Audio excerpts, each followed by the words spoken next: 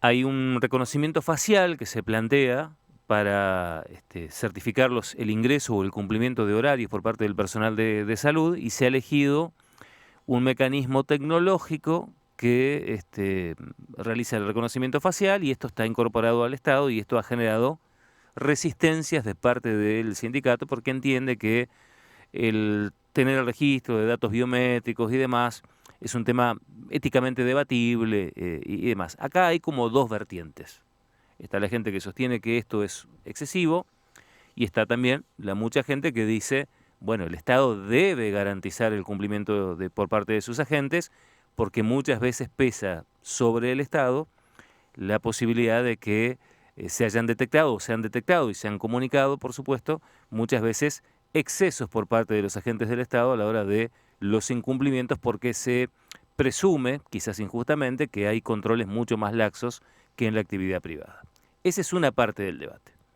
La otra parte del debate tiene que ver con que ese estudio biométrico lo va a realizar mediante una adjudicación una empresa a cambio de un dinero muy, muy significativo, y se entiende que es por lo menos opinable las características de la vinculación económica de la firma que va a estar prestando ese servicio con respecto a su relación con la provincia de Río Negro. Estos dos elementos forman parte de un pedido de informes que han realizado legisladores a nivel provincial. Uno de los legisladores, o una de las legisladoras firmantes de este pedido de informes, es la legisladora barilochense Marcela González Abdala, que está en línea con nosotros. Abdala, un gusto saludarla, buen día. ¿Qué tal? ¿Cómo le va? Hola, buenos días, Mario, ¿cómo estás? Buenos días, Cristian, y a toda la audiencia. Buen día. Bueno, un poco la explicación ponía las dos líneas de debate que genera el episodio sobre el cual ustedes están pidiendo que se clarifique el tema, ¿no? Sí, así es. Nosotros hemos hecho un pedido de informe la semana pasada de distintos bloques o de distintos espacios políticos de la legislatura, y justamente tiene que ver con conocer el alcance que tiene esta contratación que ha realizado el gobierno provincial, y de la cual, digamos, hay poca información.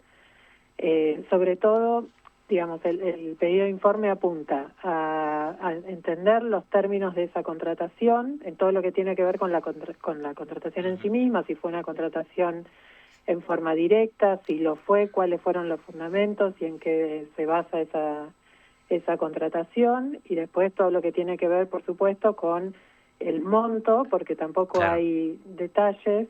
Se habla de 1.500 millones. Entiendo que hoy el ministro de Modernización salió a aclarar que eran 1.200 millones, pero bueno, la realidad es que no lo tenemos en forma precisa, lo que tiene que ver con el plazo, y bueno, con todos los alcances que tiene esa contratación, como así también sobre la empresa IRATA, que no sabemos sus antecedentes, si es proveedora del Estado provincial, por qué se eligió esa empresa, cuáles son los antecedentes en el tema. Bueno, todo lo que uno tiene o debería tener en cuenta a la hora de realizar una contratación de esta envergadura, ¿no? Cuando uno, Y también, sí, sí. cuando uno rastrea la información legisladora, se suele mencionar, al menos en las crónicas periodísticas, que esto habría llegado vía Altec. Y le pregunto, ¿no hay un registro? ¿Por qué hay tantas dudas sobre una contratación del Estado que debería estar totalmente registrada?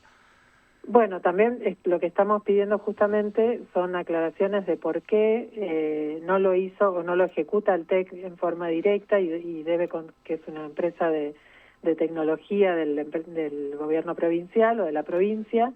¿Por qué no lo ejecuta el TEC y se contrata a través de Altec a otra empresa, ¿no? Bueno, es entender un poco y tener detalles sobre esa contratación y qué es lo que se está queriendo implementar. Después, yo la verdad estoy, por supuesto, siempre de acuerdo con que el Estado tiene que ser un Estado eficiente, y tiene que haber un control. Después hay que discutir cuál es el alcance de ese control y ver si ese control no choca con el derecho de los trabajadores, de su privacidad, del resguardo de los datos.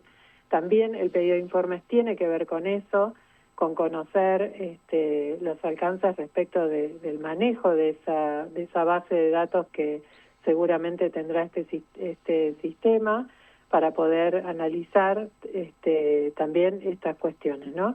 Y por otro lado, Bueno, yo entiendo que hoy hay mecanismos de control, hay un tribunal o una junta de disciplina que puede ocuparse, digamos, del control de asistencia de los trabajadores. Entonces también después es analizar, más allá de que por supuesto uno quiere un Estado moderno y un Estado que sea eficiente en la prestación de los servicios que da a la comunidad, porque en definitiva tiene que ver con eso, es determinar cuál es la prioridad en gastar 1.500 millones de pesos en una contratación de esta envergadura, cuando se puede hacer ese mismo control de otra manera, y un médico gana lo que gana y no sé, el techo del hospital de Bariloche del quirófano se llueve cuando las inclemencias del tiempo, hay lluvia o nieve, digamos, entonces tienen que cerrar el quirófano. Bueno, después es definir cuáles son las prioridades, ¿no? Claro, digo, más allá de las las prioridades, me da la sensación que este tipo de debates abren un debate más, no sé, no quiero sonar ampuloso, pero filosófico por ahí es una palabra demasiado excesiva, pero sí hay un debate de percepciones más allá de la cuestión técnica o de la cuestión ética de los datos biométricos, que es un poco la línea argumental que inicialmente la gente de ATE ha planteado sobre el tema. Pero me da la sensación de que este tipo de situaciones o de anuncios lo que generan es un debate en donde a veces la sociedad se divide en miradas sobre el asunto. Ha pasado con el tema de los controles médicos, de las auditorías médicas, que en algunos casos han generado malestar y enojo, especialmente por parte de las estructuras sindicales y también sectores de la oposición, y después viene el informe, dice nos ahorramos en ausencias en el Estado tanto, y por ahí la sociedad dice, bueno, pero ¿qué? ¿Y eso era un exceso antes? ¿Esto Claro, estaba exactamente. controlado? Digo, entonces parece que es una discusión de mirada sobre el tema más que una discusión técnica, ¿no? Totalmente, sí, por eso yo lo que te digo es, yo estoy de acuerdo siempre con los controles que se efectúan, como en cualquier trabajo, digamos, donde Ujú. los empleados tienen que cumplir con su horario como corresponde y con la prestación del servicio por la cual se le paga un salario.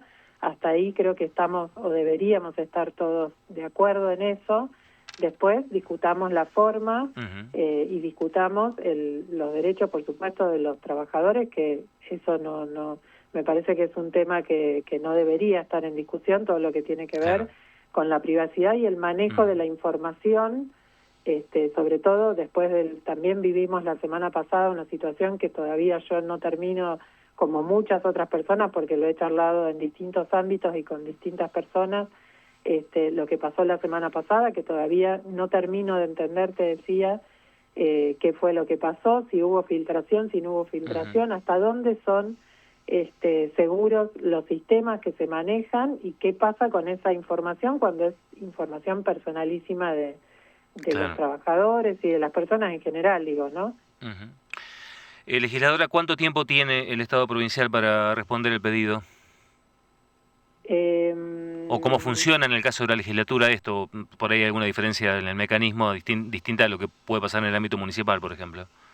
no recuerdo los plazos, Ujú. obviamente pueden pedir, se puede pedir, ellos pueden pedir prórroga para contestar, y sí hay sanciones, obviamente, en el caso de que no se haga, ¿no? Claro. Legisladora Marcela González Abdala, como siempre agradecidos del tiempo que nos pudo dedicar, ¿eh? Gracias a ustedes. Que ande Hasta muy luego. bien.